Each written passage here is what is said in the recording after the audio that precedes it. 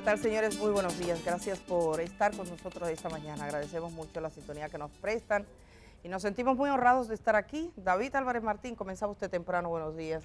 Muy buenos días, Edith. Buenos días, Indira. Buenos días, Indira Suero. Sí. ¿Cómo estás?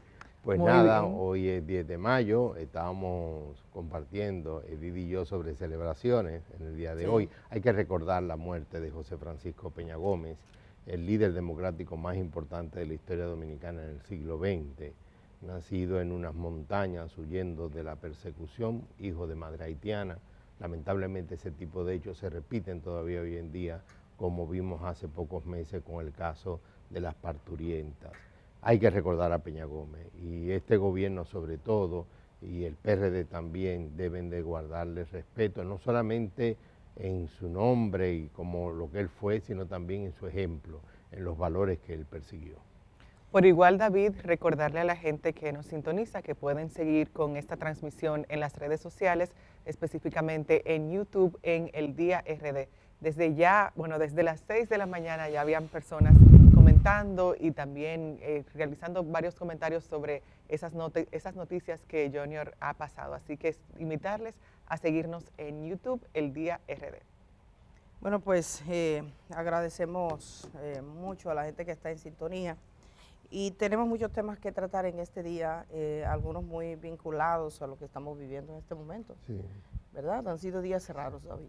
Sí, no, realmente la cantidad de noticias que está generando los crímenes que se cometieron en diferentes destacamentos policiales y la reacción, por ejemplo, se destaca mucho la reacción de la Procuradora General de la República y de otros actores sobre el tema, está haciendo ver de que la sociedad no está dispuesta a pasar la página y olvidar eso. Es importante que le prestemos atención a eso y ya sea con reforma policial o sin reforma policial, la sociedad dominicana tiene que lograr ser una sociedad donde todos los ciudadanos vivan seguros, donde se respeten sus derechos y donde todo el que tiene, aunque sea una pequeña pizca de poder, tenga que usarlo bajo criterios racionales y sobre todo respetando la dignidad de las personas. Yo creo, Edith, que eso es fundamental. Y repito, no debemos de quedarnos solamente en lo que los políticos hagan. Yo he visto ya cada vez más expresiones de la sociedad civil destacando que hay que exigir un nuevo orden social donde quienes tienen poder, como la policía, no puedan ejecutar ese tipo de abusos. Bueno, hoy tenemos, ese es un tema central, nuestro invitado del día precisamente vamos a hablar y de una mirada un tanto técnica porque, como saben, el Ministerio Público hizo que figuren los policías que estaban en el destacamento de Naco como coautores. ¿Cuál es la diferencia entre ser cómplices y coautores? ¿Qué posibilidades tienen? Son estas y otras preguntas las que vamos a tratar con nuestro invitado, que fue director de la Escuela del Ministerio Público, un abogado reputado y técnico conocido. Pero tenemos otros temas que abordar esta mañana. Nuestro compañero Germán Marte está en la sala de redacción del periódico El Día. Germán, ¿estás ahí? Muy buenos días, a ver si me escuchas. Sí, muy buenos días, Edith, buenos días, David Álvarez, buenos días, Indira Suero, buenos días a todos. Aquí estamos, al pie del cañón, desde la redacción del periódico El Día, y recordando igual que ustedes a ese gran líder de masa que fue el doctor José Francisco Peña Gómez, independientemente de que se estuviese o no de acuerdo con su línea política, socialdemócrata consumado, un hombre que luchaba por lo que creía, que jugó un papel importante en esa gesta patriótica de 1965, cuando llamó al pueblo a lanzarse a las calles en respaldo a los militares constitucionalistas que se habían levantado en armas. Así que hoy es un día importante para la democracia dominicana, pienso. Bueno, así es. Y vamos a comenzar. Germán, tú has estado muy pendiente desde ahí. Ayer estábamos mirando un poco el secuestro de dominicanos, o de un dominicano y de un grupo de extranjeros que iban en ese vehículo que es de propiedad dominicana en Haití, un autobús. Y en las últimas horas hemos conocido algunos aspectos más sobre la situación de Haití. Hay un ex senador haitiano que está siendo señalado como uno de los responsables. Correcto. Lo fue desde el principio por el asesinato del presidente de Haití, Jovenel Moïse. Ahí tienen ustedes su imagen. John Joel Josette, ese es el nombre de este hombre, fue arrestado. También en Jamaica, como Palacios, el colombiano que logró huir, que dijo que logró huir de Haití porque el color le favorecía. En este caso, ser negro lo ayudó, él lo declaró, lo publicaba la revista Semana y el diario El Tiempo de Colombia, de un escrito que él hizo a su familia cuando se da la persecución de los soldados colombianos. Él logró huir y entonces llegó a Jamaica y fue también extraditado. En este caso, este senador ayer comparecía ante un tribunal de Miami donde figura como imputado. Hay que decir que existen pocas esperanzas de que Haití y el mundo puedan conocer qué fue exactamente lo que pasó con el presidente de ese país, que como sabemos, su asesinato ha profundizado la miseria, ha profundizado la violencia, la inestabilidad política en Haití. Haití está hoy peor que antes. La situación de vulnerabilidad que viven los haitianos, las precariedades y las penurias económicas, pero sobre todo una violencia que limita las posibilidades de que se den negocios. Ya ni los turistas podrán entrar, la gente que tiene juicio, cómo va a atravesar territorios donde pueden ser secuestrados, quién se anima a construir un comercio, abrir algo. Ese tema es fundamental para el desarrollo de un país. Y debo decir que en el día de ayer sugería aquí Edwin Parizón para que buscasen una ruta alternativa. Se comunicó conmigo alguien que viaja frecuentemente a Haití y que es una persona, bueno, hace trabajo periodístico, es periodista, y me decía que preferiblemente a Haití, si lo que quieran ir, que vayan en avión. No hay condiciones. Por la carretera. Por la carretera, por tierra. Es que por donde quiera que vas, o sea, en la medida de lo posible, si no, entérense. Hay que enterarse. Yo entiendo perfectamente, pero hay que enterarse. ¿Qué sabes de los secuestrados, Herman? Bueno, hasta ahora no hay noticia concreta sobre este caso, hasta ahora no lo hay. Las autoridades del Ministerio de Relaciones Exteriores, es decir, Cancillería, se reunieron con los familiares, siguen la Embajada Dominicana haciendo contacto con las autoridades haitianas, pero no está nada claro hasta el momento. Sí se sabe que fue la 400 Mauoso, como nosotros habíamos adelantado en el día de ayer, que han secuestrado a este grupo de personas. Repetimos que son 8 turcos, 8 haitianos y un dominicano que es Martín Castro, el chofer del autobús. Pero hasta el momento ni se ha hablado de rescate, aunque se presume que se dará, ni ubicación exacta del grupo. Yo me haría la pregunta, compañeros, si no hay forma de que las autoridades dominicanas tomen la decisión de impedir de que más personas provenientes de territorio dominicano, sean dominicanos, extranjeros, sean tan fácilmente capturados en Haití, secuestrados por estas pandillas. Porque de repente tú me dices a mí que una línea comercial de autobuses, como la mencionada, está llevando pasajeros a Haití hacia Puerto Príncipe. Tú hacías la mención, Edith, hace unos días, de por qué razón este diplomático dominicano, que por suerte fue liberado, venía por carretera en un territorio donde todas las indicaciones daban, todas las noticias daban, que estaban, si no bajo control, en conflicto entre pandillas. Yo creo que hay un tema que se llama sentido común, que por lo visto escasea, no aquí, en el mundo entero, y yo pienso de que no tiene sentido que sigan acudiendo, sobre todo a Puerto Príncipe, que por lo visto donde está el conflicto mayor, sigan acudiendo personas, dominicanos extranjeros, por tierra, en viajes por carretera, exponiéndose a ese tipo de situación. Yo creo que ahí hay algo que se tiene que hacer, porque si no, si se continúa de esa manera, si esas compañías de autobuses siguen viajando a Puerto Príncipe, vamos a tener prácticamente cada semana 2 y 3 casos. Hasta ahora, gracias a Dios, ninguno de los casos ha terminado con un desenlace trágico. Casos para dominicanos. Para muchos haitianos que han sido secuestrados ha sido trágico. Hay una gran cantidad de muertos de personas que han sido secuestradas por estas pandillas. Yo pienso de que las autoridades tienen potestad para impedir ese tipo de actividad en lo que se garantice una cierta seguridad en Haití. Bueno, por lo menos se deberían tomar medidas claras y que la gente tuviese una idea de por dónde entrar, cómo hacerlo y que sepan los riesgos. Mientras tanto, nosotros aquí hacemos lo que nos toca. Es importante decirle a la gente, miren, la situación en Haití está de este modo. Yo, por ejemplo, estoy mirando el diario haitiano en el día de hoy, Novelix, que habla dice, los secuestradores atacan y hacen que el terror en Haití sea algo ordinario. Y entonces se refieren al secuestro por parte de un comando de esa pandilla del autobús donde iba este dominicano, el autobús dominicano, en un autobús que es de la compañía Metro. Pero está destacando que justo ese día, esa noche, fue liberada una mujer haitiana de 59 años, una comerciante. Dice que había sido secuestrada días antes y que poco después de ser liberada requirió atención médica y falleció en el hospital. La imposibilidad de acceder a sus medicamentos, ella era diabética, hizo que se encontrara de esta forma. Dice, es una mujer trabajadora que tenía un comercio y que era como reconocida. Entonces, está explicando todo lo que esto ha generado. Dice, por ejemplo, hay varias organizaciones que han anunciado después del secuestro de una pediatra, jefa de ambulatorio, y de la clínica de epilepsia del Hospital San Damián, pues anunciaron que iban a cerrar sus actividades.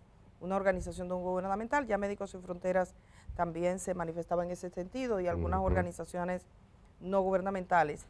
Hay en la prensa haitiana y específicamente en este periódico, que es el más importante de Haití en esta mañana, una crónica sobre las consecuencias de esta lucha de pandillas que está en el entorno de Puerto Príncipe y dice están buscando refugio y que los ayuntamientos han tenido que adoptar nuevas medidas.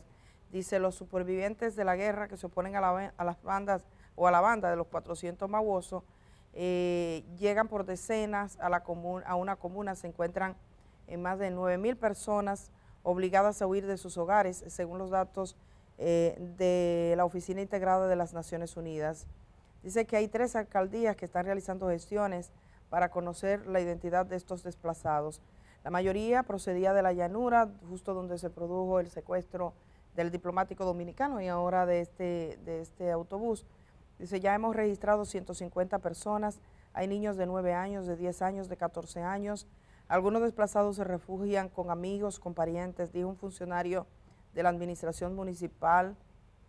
El municipio ha habilitado una oficina para atender las quejas de los desplazados. Hay muchos desplazados, dice, y están preparando alimentos para que aquellos que estén registrados tengan acceso. Dice que hay 2 campos de refugio ya habilitados, uno de 60 personas, otro de 70.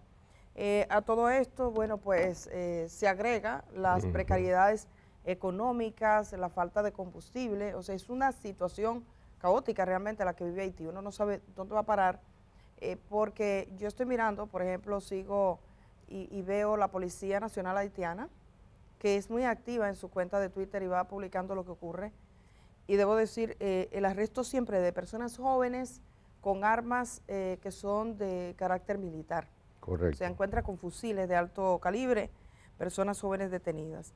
Sí queremos compartir esto. Nosotros tenemos la firme esperanza y los antecedentes, como decía usted, en los casos de los ciudadanos dominicanos que han sido secuestrados, es que sean liberados con vida. Correcto. Eso implica algunos términos de negociación, de acercamiento, pero es importante, es muy relevante que los comerciantes, las empresas que trabajan en Haití, que hay más de las que nosotros pensamos. Yo conocí un joven que me dijo, mira, yo instalé mi empresita en Haití porque allá no existía el servicio que yo brindo, que es de telecomunicaciones. El muchacho se fue para Haití y le estaba yendo bien, pero me dice, mira, quebró el negocio, tuve que salir.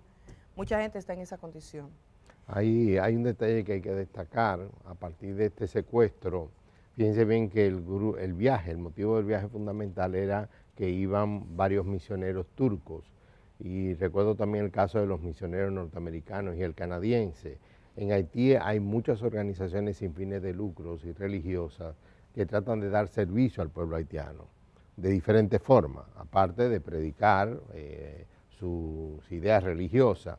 Y es una pena que estas personas, que son personas que no van allá a hacerle daño al pueblo haitiano, sino a brindar algún tipo de ayuda, sean el blanco de secuestro. O sea, el asunto es más dramático todavía, porque si aquellos que normalmente se preocupan por Haití e intentan ir a ayudar son blancos de secuestro, estamos hablando de una situación todavía más dramática.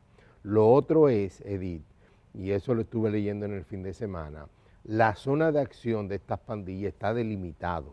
No es que están en todo el territorio haitiano, no es todo Haití que está bajo control de las pandillas. Hay zonas determinadas, por eso tú ves que tú leías hace un rato de que personas se están movilizando hacia campos y a lugares porque hay zonas delimitadas. Indudablemente 400 lo que sea no pueden controlar el territorio haitiano completo. Entonces yo pienso que lo que pasa es que se han ubicado, por ejemplo, ahora en puntos, la capital. No, y en puntos donde que están las carreteras que conducen de República Dominicana. Entonces tenemos 2 puntos por el sur, no se podía, cuando hubo el terremoto, ir al sur era un problema, y ahora la gente que entra por Pedernales también se encuentra con ellos. Miren, así de manera rápida, solo decirles, antes de pasar, y vamos a ir con Germán en un momentito, pero sí queremos decir nuestra solidaridad con las familias cubanas. Hay todos cubanos, una española, que fallecieron en la explosión de un hotel, un viejo hotel que había sido reacondicionado, remodelado, que parece ser que el cruce al momento en que hacían un depósito de gas fue lo que produjo la explosión. Pues ya son 35 los fallecidos según las autoridades cubanas en esta explosión en un hotel, el Hotel Saratoga, que está en el centro de La Habana. Ahí es un hotel, digamos, que no pertenece a la época colonial cubana. No, es del siglo XX. Pero está ahí en sus cercanías, y era un hotel como que se alojaban personalidades y demás. No había nadie alojado, pero habían trabajadores y otros. Y entonces, con esta fuga de gas, pues se produjo esta situación. Muy triste, ya son 35. Del mismo modo, queremos decir que en Ecuador tienen un problema con una cárcel. Ya contaban ayer 44 fallecidos por un motín en una cárcel. Aquí tenemos nuestros propios problemas con las cárceles nuestras, 44 en este caso. Ayer se conocía que un hombre que fue, que hace poco, hace 7 meses efectivamente, mató a un interno en la cárcel de San Francisco de Macorís. Este hombre estaba preso por homicidio de una mujer. De hecho, fue juzgado aquí en el Distrito Nacional. Encontré la publicación de ese momento cuando la Fiscalía del Distrito anunció que tenía ganancia de caso frente a esta situación del apellido de la Cruz, Deli de la Cruz. Mató a esa persona y han pasado 7 meses, ya son 2 muertos. Entró por 1, llevaba 2. Y ayer en Moca se comunica que mató su tercera víctima, un hombre. Pero ese hombre tiene una historia particular, los medios están difundiendo hoy, y es que figura como uno de los asesinos imputados por la muerte del hijo de El Chino, narcotraficante o acusado de narcotráfico en nuestro país. Esto fue un incidente que se produjo próximo ahí en la 27 de febrero, próximo a la Doctor de Filló, que dejaron un vehículo abandonado y todo eso, quemado. Ese joven estaba saliendo de una discoteca, fue acribillado y murió víctima de los disparos. El Chino en ese momento se encontraba en prisión, visitó a su hijo, y después incluso se conoció un audio donde uno de los sicarios habla de cómo se hizo ese atentado. Y alias Gugú, apellido Familia, pues es quien ha muerto en el día de ayer, se comunicó. Las autoridades están investigando qué fue lo que ocurrió, pero este tipo de situaciones se produce en un sistema que muchas veces no puede tener el control absoluto, según los datos que han salido preliminarmente.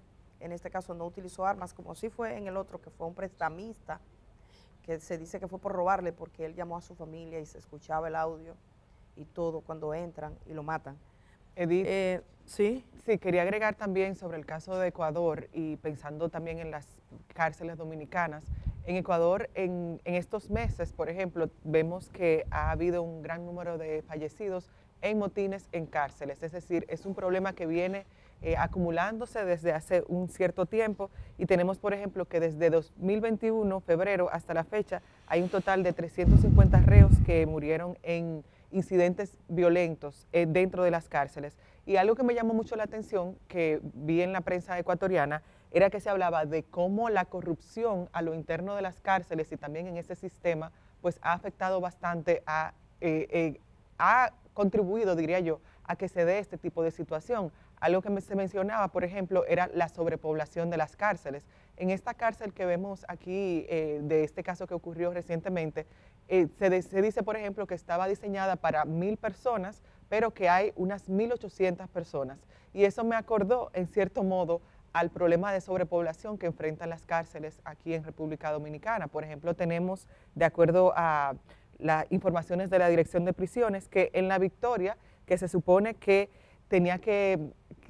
fue diseñada para albergar a unas 2011 personas. En la actualidad hay 7.000, bueno, de acuerdo a las últimas estadísticas, hay 7.647 reclusos. Entonces, eso es en el caso de las prisiones del viejo modelo. Habría que ver también en las del nuevo modelo. Y uno se pregunta, con el tema de la reforma policial y demás, porque es todo un conjunto. No solamente corresponde el tema de reforma policial a la policía, al Ministerio de Interior, sino que también hay que pensar en cuanto al Ministerio Público y en cuanto a las prisiones y la situación de sobrepoblación, a qué estamos expuestos. Vemos ejemplos como los que han pasado en Ecuador y en otros países, y eso ciertamente nos debe de poner en alerta, diría yo.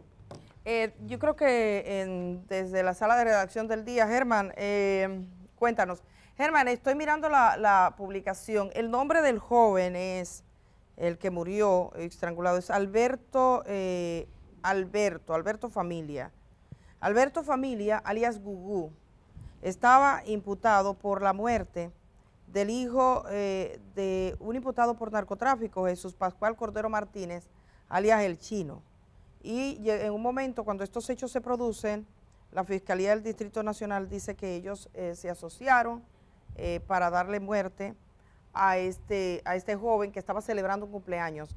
Eso fue en abril del año 2020. Esa es la persona que moría en la cárcel ahora a manos de este hombre que ya lleva 3 víctimas. Y que bueno, se le suman los casos, pero si está condenado a 30, ya aquí no hay penas acumulativas. Germán, voy contigo. Sí, cómo no. Bueno, Indira acotaba que hay una sobrepoblación carcelaria en Ecuador, donde se producen estos motines que causan tanto luto. Y yo vi el dato, dice 30.000, es decir, hay una capacidad para 30.000 y actualmente hay 35.000, es decir, un exceso, una sobrepoblación de 5.000. En el caso de Ecuador, de las 65 cárceles de Ecuador, y ya ven ustedes cómo se está produciendo todo esto por la lucha por el control de las cárceles entre bandas, sobre todo gente vinculada al narcotráfico. Y yo me pregunto, ¿cuánto falta para que ocurra esto en República Dominicana? Solo en La Victoria hay una sobrepoblación superior a la que hay en todas las cárceles de Ecuador. Si es para 1.000 y pico de personas que está diseñada La Victoria y hay 7.600, es decir, ahí hay más de 5.000. Los 5.000 que hay en Ecuador en todas las cárceles, en La Victoria nada más lo tenemos nosotros en exceso. Y hay que prestarle atención a eso antes de que ocurra una explosión. Ya tú señalas la muerte del hijo de Pascual, del Chino, que es lo mismo, ¿no? Y cuando el narcotráfico vaya infestando las cárceles, podría producirse toda esta situación de violencia por la lucha por el control. En las cárceles dominicanas hay de todo, solo que ellos como que han encontrado la forma de convivir, de llevarse bien entre policías, delincuentes y delincuentes presos, pero se han llevado la manera de sobrellevar eso. Nos decía el de la Comisión de Derechos Humanos, el amigo Manuel María Mercedes, que en la cárcel tú encuentras de todo, desde una botellita de agua, desde un pase, una cosa de marihuana, un tabaco, un romo, mujeres que te lleven, si no recuerden a Florian Félix, una cama, los funcionarios cuando caen presos, los exfuncionarios cuando caen presos encuentran la forma de poner su aire acondicionado, por lo menos su tinaco que no tienen los presos, agua, en fin. Esa es una situación, una bomba de tiempo lo que nosotros tenemos en las cárceles dominicanas. De cuando en cuando hay sus motines, pero no tan graves como esto de Ecuador, que es definitivamente una gran tragedia. Ya el año pasado hubo cientos de muertos y hoy también ocurre esta lamentable situación que va por 43, 45, pero uno no sabe hasta dónde pueda llegar esto. Es bueno destacar, Germán, cómo el caso de Ecuador se suma a otro conflicto en el continente, que es el caso de El Salvador con las pandillas, que el presidente de El Salvador, Bukele, ha establecido como una especie de suspensión de las garantías para tomar acciones y apresar a una gran cantidad de los miembros supuestamente de estas pandillas, lo cual genera un estado de conflicto permanente en El Salvador. Súmele a eso el hecho que en el caso del Ecuador recientemente se intentó llevar al expresidente Correa para someterlo a juicio en el Ecuador y Bélgica, que es el país donde él reside actualmente, creo que está casado con una belga o tiene la nacionalidad belga, le acaba de conceder la garantía de no ser extraditado, de darle protección, porque según las autoridades belgas no hay garantía de que sea enjuiciado de manera justa en el Ecuador. O sea que todo eso se mezcla, no es solamente Ecuador, es también El Salvador, que tiene problemas de ese tipo, por supuesto las pandillas que están operando en Haití y los temas que estamos tratando nosotros en República Dominicana con la acción de la policía. Hay que ver, es un problema estructural en muchas sociedades dominicanas, el tema de las cárceles y el tema de las acciones policiales. Bueno, pues miren, vamos a ir a la pausa. Cuando regresemos, en la Cámara de Diputados, una comisión había invitado al director de la policía, o al jefe de la policía, como sigue diciendo mucha gente, pero él no fue. En su lugar se presentó el ministro de Interior y Policía. Un poco sobre esto vamos a hablar. También ayer hizo unas declaraciones muy claras, con una postura ahí bastante evidentes, la Procuradora General de la República, sobre las últimas muertes que se han producido en destacamentos policiales. Esto requiere una solución, porque parece ser, ella lo había dicho antes, que constituye un nuevo patrón de conducta. Entonces vamos a ver lo que dijo ella. Aquí ayer en la mañana estuvo la madre del joven que murió tras recibir una paliza en San José de Ocoa. Ella tenía una reunión en la Procuraduría General de la República. El dictamen que le han dado por dos análisis forenses posterior a su fallecimiento es que su hijo murió de muerte natural. Ella no lo acepta. Hoy lo vamos a conversar un poco. También los últimos datos, porque hemos estado mirando los interrogatorios que se hicieron a todas las partes involucradas o que pasaron en algún momento por el periplo del joven David de los Santos, que murió lamentablemente en un acto de profunda barbarie, con saña y alevosía, una cosa vergonzosa, como decía la Procuradora General de la República. Es precisamente nuestro tema hoy, para hablar desde el punto de vista técnico lo que puede pasar en las audiencias. Tenemos un abogado como invitado. Hacemos la pausa y regresamos de una vez.